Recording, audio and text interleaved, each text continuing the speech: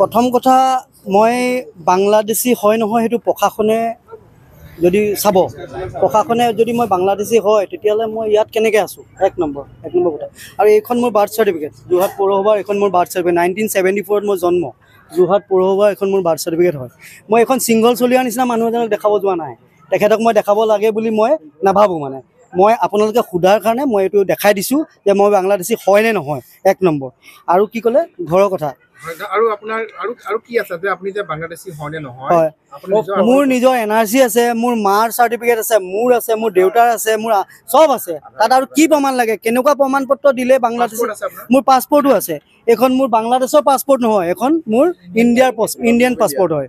মোৰ ল'ৰা ৰাছিয়াত পঢ়িব গৈছে, মেডিকেল পঢ়িব গৈছে, সি বাংলাদেশৰ পৰা যোৱা নাই, বাংলাদেশৰ পাছপৰ্ট বনাই যোৱা নাই, ইণ্ডিয়াৰ পাছপৰ্ট বনাই গৈছে। গতিকে আৰু কওকচোন। হয়, আৰু আপোনাৰ যিটো ঘৰৰ যিটো কথা কৈছে, মাটি উচ্ছেদৰ কথা কৈছে, সেইটো কোৰ্টৰ আদেশ অমান্য হৈ আছে নেকি? চাওক, সি কি কোৰ্টৰ আদেশ দেখাইছে মই নাজানো। যোৰহাট পৌৰসভাত 2018 চনত মোৰ যিটো মাটি আছে তাত টোটেল 6 বিঘা মাটি আছে। 6 বিঘা মাটিত মই 14 লোচাত বসবাস কৰি আছোঁ। তাত 80 ঘৰ হৰিজন কলনীৰ মানুহ বহি আছে, 2খনকৈ স্কুল আছে, এটা স্লটাৰ হাউচ আছে যিটো বন্ধ হৈ গ'ল, আৰু এখন মোৰ কাষতে মানুহ আছে। তাত আমি কমেও 90 ঘৰ মানুহ বহি আছোঁ 6 লোচা মাটিত। মোৰ আছে কিন্তু 14 লোচা মাটি। সেই মাটি টুকুৰাত মই মিউনিচিপালিটি বৰ্ডত লিজত আবেদন কৰিছোঁ। তাত 2018 চনতে মোক এইটো পাছ কৰি দিছে, এইটো মোৰ তাৰ কাগজ, মই দেখাই দিছোঁ, এক নম্বৰ। 2 নম্বৰ, সেই মাটিটোত মই টেক্স দি আছোঁ, মিউনিচিপালিটি হোল্ডিং দি আছোঁ, মোৰ নামত খাজানা ৰচিদ আছে, মোক আপত্তিবিহীন প্ৰমাণ পত্ৰ চেয়াৰপাৰ্চনে দি গৈছে, আপত্তিবিহীন প্ৰমাণ পত্ৰ। আৰু আমাৰ পৰা এখন লিখা আছে, লিখা লৈ থোৱা আছে যোৰহাট পৌৰসভাই, যে কোনোবা দিন যদি তাত কিবা প্ৰজেক্ট আৰম্ভ কৰে 6 বিঘা মাটিত, যদি চবকে খালী কৰিব কয়, ময়ো হাঁহি হাঁহি সেইটো মাটি খালী কৰি দিম, তাত কোনো কথা নাই। ইয়াত এতিয়া কৈছে টকা দি পেলাই আপোনাৰ পৰা পইচা লৈ পেলাই চব মেনেজ হৈ আছে, তেনেকে নাম লোৱা নাই, তেনেকে চাওক, এইটো হ'ল মই কেছত জিকা এটা LG কেছ। তেওঁলোকে ছিংগল চলিয়াৰ ইয়াত মানুহে মোৰ ওপৰত কেছ দিছিলে, আপোনাৰ এইখন LG কেছ, LG 2817, এই কেছখনো মই জিকি থৈছোঁ, হা। আৰু টকাৰ কথাটো হ'ল কি, টকাৰ পিছত চবেই মৰা মানুহ নহয়। আৰু টকা দি যিটো ইলিগেল কামবোৰ কৰিব নোৱাৰে। আৰু চবেই জানে, আজি অসমৰ ৰাইজে চবেই জানে টকা লৈ কোনে কাম কৰি আছে, ইটা ভাটাত শ্ৰমিকবোৰক বন্ধ কৰি দিলে, মিয়া শ্ৰমিকক বন্ধ কৰি দিলে। এতিয়া সেইটো মিয়া শ্ৰমিকক বন্ধ কৰি গোটেই ইটা ভাটাৰ পৰা পইচা আমি শুনিছোঁহে দেই, পইচা লৈ আকৌ শ্ৰমিকে তাত কাম কৰি আছে। গতিকে অসমৰ ৰাইজে বুজিবলৈ একো নাই, চবেই জানে। গতিকে সেইটোৱে, মই কাকো টকা দিয়া নাই, এটকাও দিয়া নাই। যোৰহাট পৌৰসভাৰ বিষয়েও কৈছে আপুনি 20টা যদি যোৰহাট পৌৰসভাত কাম ওলায়, 18টা কাম আপুনিয়ে পাই নেকি?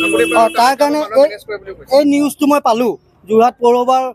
শুনক, তেখেতে যদি সঁচা কথা ক'লে হয় মই ভাল পালোঁ হয়। এই নিউজটো ওলোৱাৰ আগলৈকে মই তেখেতক অসমৰ জাতীয়ৰ কাৰণে, আমাৰ যিটো জাতিৰ কাৰণে কৰি আছে, তেখেতক আমি ভাল পাইছিলোঁ।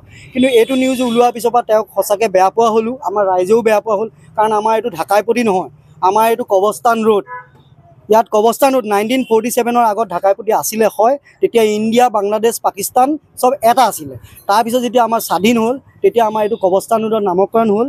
নামটোতো থাকি গ'ল, যেনেকৈ তেলিয়াপতি নামটো তেলিয়াপতি নেকি, সেইটো ৰায়বাহাদুৰ লোন। হৰিজন কলনীৰ নামটো মেষ্টপতি নেকি, সেইটো হৰিজন কলনী। তেনেকৈ বালিবাটৰটো বাহাদুৰ গাঁওবুঢ়া পথ। তেনেকৈ নামটো এটা মানুহৰ মুখত কিবা এটা, আৰু লিখিত যিটো হয়, মই তেখেতক সেইটোহে ফোন কৰিছিলোঁ, জাষ্ট কল কৰিছিলোঁ ছিংগল চলিয়াক চিনি পাওঁ বুলি। যিহেতু পাৰ্গত বৰা আমাৰ ক্ৰিকেট খেলে, তাৰ ককায়েক এদিন মই ষ্টেডিয়ামত পাইছিলোঁ, তেখেতৰ পৰা নম্বৰটো লৈছিলোঁ, কথা পাতি ভাল লাগিছিলে। তেখেতক পাই মই ফোন নম্বৰটো মিউনিচিপালিটি কণ্টেক্টত কালি মই নিউজ এটা পালোঁ, তেখেতে ক'লে 18টাত 16টা ময়ে পাওঁ, 20টাত 18টা ময়ে পাওঁ। তাৰ কাৰণে মোৰো অকণমান দুখ লাগিলে, মই সঁচাকৈ তেনেকুৱা মানুহ নেকি। মই আজি ৰাতিপুৱাই গৈ মিউনিচিপালিটি বৰ্ডত এখন RTI মাৰিছোঁ, এইটো চব 10 টকা ৰিচিপ্ট, RTI মাৰিছোঁ যে যোৰহাট পৌৰসভাত আমাৰ এতিয়া চেয়াৰপাৰ্চন যে বৰ্ডখন যে বহিলে, বিজেপি বৰ্ডখন বহিলে, তাত কিমান কাম আমাৰ এতিয়ালৈকে টেণ্ডাৰ হ'ল, কিমান কাম টেণ্ডাৰ হ'ল, তাত মই কেইটা কাম পালোঁ। আৰু ৰঞ্জিত শইকীয়া বোলা তেখেতৰ নামটো কৈছে যে তেখেতক মেনেজ কৰি, একেবাৰে মিছা কথা। ৰঞ্জিত শইকীয়াৰ লগত মোৰ আগৰ পৰা অকণমান বেয়াই আছিলে, কিন্তু ওচৰৰ মানুহ, কথা বতৰা এতিয়া হৈছে, মোটামুটি 2-এটা কথাত তেওঁ মোক ভাল পায়। আমি যিটো মই ভাল কাম কৰোঁ তেওঁ ভাল পায়, তেওঁ ভাল কাম কৰিলে মই ভাল পাওঁ, আমাৰ কোনো দুশ্মনী নহয়, আগৰ পৰা বেয়া। তেওঁৰ ৱাৰ্ডত মই এটাও কাম নাই, যদি এটাও কাম তেওঁৰ ৱাৰ্ডত মোক কোনোবাই দিছে বা মোৰ ৱৰ্ক অৰ্ডাৰ আছে মিউনিচিপালে মোকতো এইটো দিব এতিয়া ৰিজাল্ট তেতিয়াহ'লে মই জেল খাবলৈও সাজু আছোঁ বোলো ৰঞ্জিত শইকীয়াৰ লগত মই মিলি কিবা কাম লৈছোঁ গতিকে সি এনেই যদি মিছা কথা আবুল তাবুল বকি থাকে এতিয়া নিউজ এটা পালোঁ সি মোক কৈছে টুকুলাইত বোলে ক'ৰবাত বোলে উঠাই বোলে সি মোক দলিয়াই বোলে পেলাই দিব লাগে নিউজটো পালোঁ এই মাত্ৰ পাইছোঁ সি DC কোৰ্টত দিছে তাৰ ইমান দম আছে সি আহক সিটো কৈছে বলডোজাৰ দি ইয়াত ভাঙিম বুলি কৈছে আহক সি বলডোজাৰ দি ভাঙক তাৰ দম আছে তাৰ সৈন্যৰ দম আছে আহক সি মোক পেলাব প্ৰশাসন নাই নেকি প্ৰশাসন নাই আহক সি আমাৰ সন্মুখত আহক ঠিক আছে পৌৰসভাৰ প্ৰসংগটো ওলাইছে যিহেতু